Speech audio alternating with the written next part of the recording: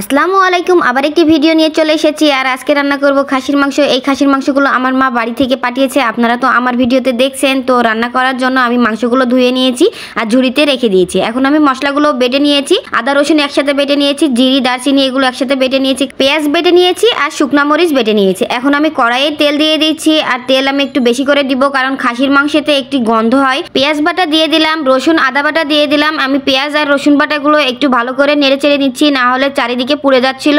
এখন আমি জিরে আর দারচিনি বাটা দিয়ে দিচ্ছি। এখন শুকনা মরিচ বাটা দিয়ে দিচ্ছি, আর শুকনা মরিচ বাটা দিলে তরকারি কালারটা অনেক সুন্দর আসে। লবণ দিয়ে দিলাম স্বাদ মতন। এখন হলুদ দিয়ে 4টা তেজপাতা দিয়ে দিলাম, কারণ মাংস প্রায় 3 কেজি মতন। এখন আমি মশলাটা ভালো করে নেড়ে চেড়ে নিচ্ছি। মশলা কষানো যত ভালো হবে মাংসের স্বাদ ততই ভালো আসবে। মশলা কষানো হয়ে গেছে আর মশলা থেকে তেল ছেড়ে দিয়েছে। এখন আমি মাংসগুলো একে একে দিয়ে দিচ্ছি। মা বাবার সন্তান দূরে থাকলে মা বাবা কখনোই ভালো মন্দ রেঁধে খেতে পারে না। আর এখন আমি মাংসটা আস্তে আস্তে নেড়ে দিচ্ছি। আমি নাড়তে পারতেছিলাম না, তারপরেও নেড়ে দিচ্ছি। অনেকগুলো মাংস একসাথে নাড়া অনেক সমস্যা, আর কড়াইটাতেও আটতেছিল না। আমার ভিডিওটা পুরোপুরি দেখবেন আর ভালো লাগলে লাইক কমেন্ট করবেন, আমার পাশে থাকবেন। খাসির মাংস খেতে আমার অনেক ভালো লাগে। মাংসগুলো ভালো করে নেড়ে চেড়ে আবার আসছি। আর এই যে দেখুন মাংসগুলো নেড়ে চেড়ে দিয়েছি। এখন মাংসগুলো আস্তে আস্তে কষাতে থাকবো। আর মাংস যত ভালো কষানো হবে মাংসের স্বাদ ততই বেড়ে যাবে। এই যে নেড়ে চেড়ে দিচ্ছি যাতে নিচে না লেগে যায়। এখন আমি সামান্য পানি দিয়ে দিচ্ছি। এই পানিটা দিয়ে আমি মাংসটাকে কিছুক্ষণ কষিয়ে নিব। মাংস কষানোর সময় একটু ভালো করে নেড়ে চেড়ে দিতে হবে যাতে মশলাগুলো না পুড়ে যায়।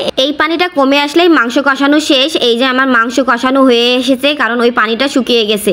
তো আমি একটু নেড়ে চেড়ে দিচ্ছি। এবার মাংসের ঝোল করার জন্য আর মাংসটা সিদ্ধ হওয়ার জন্য আমি একটু বেশি করে পানি দিচ্ছি। আর খাসির মাংস সিদ্ধ হতে একটু তো সময় লাগবে, এজন্য আমি মাংসের পানি একটু বেশি করে দিয়েছি। এখন আমি কাঁচা মরিচ দিয়ে দিলাম 4টা না 5টা। খাসির মাংস রান্না হয়ে এসেছে। এখন আমি চুলাটা অফ করে দিব।